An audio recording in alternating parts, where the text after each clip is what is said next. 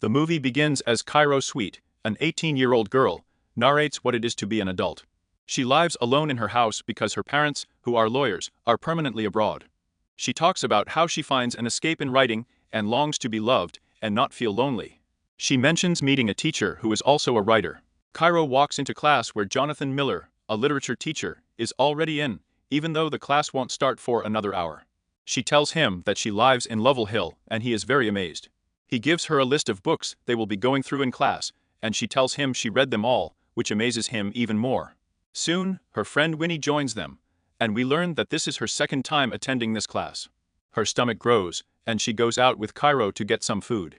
After they left, Jonathan checked out the books Cairo brought to class.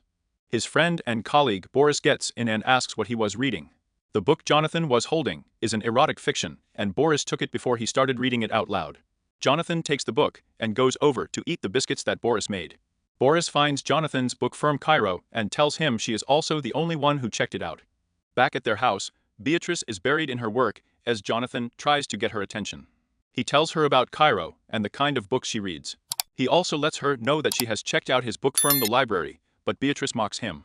She gets a call from Amy, and Jonathan leaves to open some music as she gets angry over the phone. They share a drink as Jonathan starts reciting lines from a book called Under the Roofs of Paris as he kisses her. As they started dancing and making out, Beatrice's phone rang and she had to leave. Boris complains about having a terrible weekend as he and Jonathan are sitting on the court. They looked over to the woods and Boris told him that there could be ghosts in there and the plant feeds on the souls of the dead. Cairo walks out of the woods and greets them.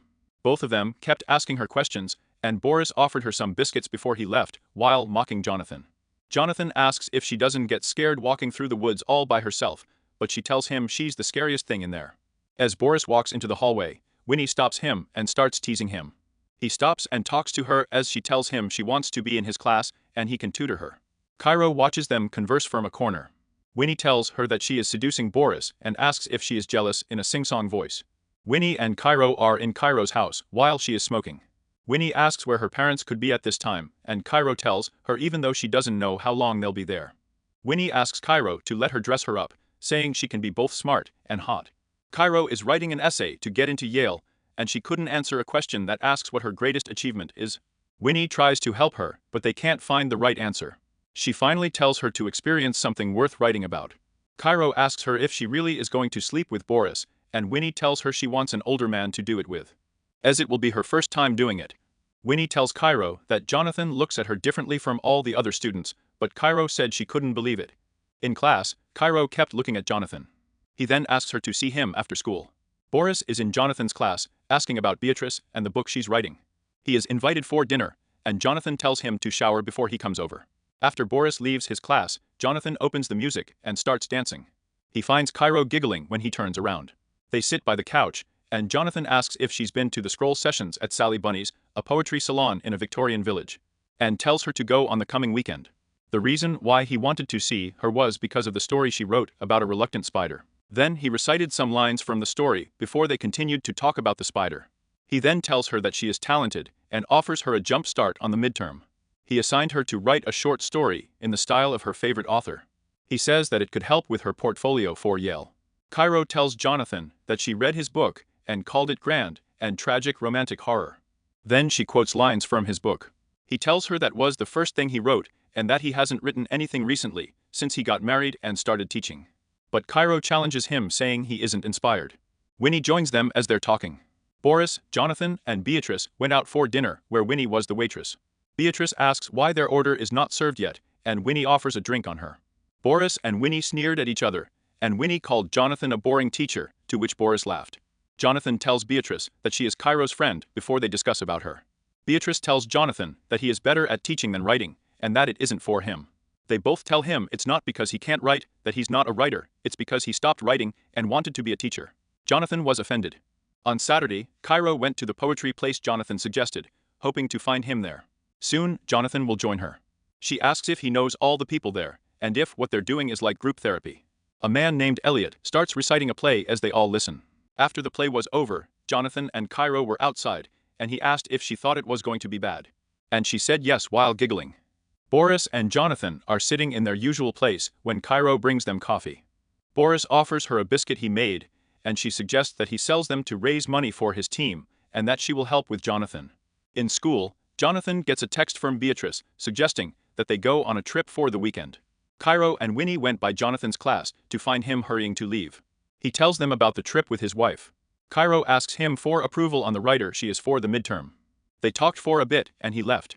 Winnie starts mocking Cairo for the way she talked to Jonathan while getting on his desk, and Boris walks in on them talking about it. He says he agrees with the biscuit baking idea and asks them both to help. Winnie stops him and asks for his number to make it easier and faster. After getting Boris' phone to call Cairo, she puts it in her chest and is about to leave, but Boris takes it back. Jonathan is waiting for Beatrice to finish up when he gets a call from Cairo on her phone. He happened to have her phone in his bag, and she called to ask him to drop it off at her place. By the time he gets there, it is raining, and he asks Cairo to come to his side where the rain is pouring before they kiss. Cairo is in her house watching TV and reminiscing about what happened while Jonathan is sitting at home with Beatrice. Beatrice apologizes for canceling their vacation because of work. After receiving the midterm assignment from Cairo, he went outside and started reading it. What she wrote was an intimate story that was portrayed by them. Jonathan starts to please himself while reading the story. On Monday, Cairo waited for Jonathan in his class, and he walked past her after greeting her coldly. He tells her that she needs to choose another author because her story is inappropriate. He asks her why she wants those materials, and she answers him that it's about them. She tries to explain to him that the story is appropriate in different aspects, but he tells her to write a new story with a new author. Cairo tells him to stop talking to her like a stranger and tell her what he means. So he tells her to rewrite it, and if she doesn't, he will have to fail her for the midterm. He tells her he feels foolish and calls her a child. She tells him that his writing is bad and calls him a nobody, impotent and mediocre, while crying, daring him to fail her. Cairo walks out, thinking of heartbreak, and refers to it as a car crash. Cairo went home and drank while crying with Winnie by her side. Jonathan gets home and tells Beatrice he had a bad day, to which she offers him a drink. He tells her about the conversation he had with Cairo and the story she wrote. Beatrice excitedly asks him to show her the story. After reading it, she makes Jonathan say how Cairo described him in the story. Cairo asks Winnie to distract her, and she asks her to text Boris, saying she's drunk and what he's doing. Jonathan keeps on reciting the line from Cairo's story as Beatrice takes his hand and makes him touch her. They stopped making out when they saw Boris knocks and get in. Winnie tells Cairo that she wants to be liked by Boris and that she wants him to sleep with her. Cairo makes her tell Boris that she's with her and that they're doing what girls do when they're alone at night. Beatrice finds Boris smiling at his phone and asks who he is texting with, but he won't tell her. He replies to Winnie telling her to go to bed. Cairo gets angry and tells Winnie to take off her shirt as they are going to be making out for Boris. They got very close and started making out, while Cairo took a picture and Winnie sent it to Boris. Earlier that day, Cairo had sent the story she wrote to the principal. Beatrice gets a call from there and gives it to Jonathan. Boris suddenly decides to leave, saying his goodbye to Beatrice. Jonathan learns that the principal got the story from Cairo and tells Beatrice about it, and that he thinks that Cairo did it. He says that if she can convince them that something's happened between them, he could lose his job. Beatrice asks if something happened between them as teenagers, which is very dangerous, and if he should know what he's doing. The next few days, Cairo didn't show up to school, and Winnie looked very sad. She asked Jonathan if he'd seen her, but he coldly says he didn't. Cairo and Jonathan are being questioned by the principal, Joyce. Cairo tells her that he gave her the midterm assignment in advance, and that they used to meet before, during, and after class to talk about literature. She said that he was impressed that she knew who he was. Jonathan tells Joyce that Cairo is very talented and that he has given her mentoring, as she is better than the curriculum. Jonathan claims that they know each other as is appropriate for a student and a teacher. He mentioned the time he went to her place to give her phone back and the vacation he and Beatrice were supposed to go on. He said that he didn't touch her, and that when she sent the story, he told her it was inappropriate for school. He realized that there was nothing he could say to defend his position. Boris asks Jonathan if he's in love with Cairo before he tells him that he can't identify the line, and that's why he crosses it. Then they into an argument, and Boris leaves. Jonathan confesses to Beatrice that he's suspended, but soon they get into a fight where it escalates and gets personal. Jonathan calls Beatrice an alcoholic, and she tells him he's boring, and that's why she drinks. That was only the beginning of their fight. Winnie goes to see Cairo and asks what she's doing to Jonathan. Cairo tells her that she's testifying against him in front of the school board because he underestimated her. Winnie tells her she will testify against her, but Cairo blackmails her with the evidence she has of her and Boris. Cairo tells her that this is her greatest achievement.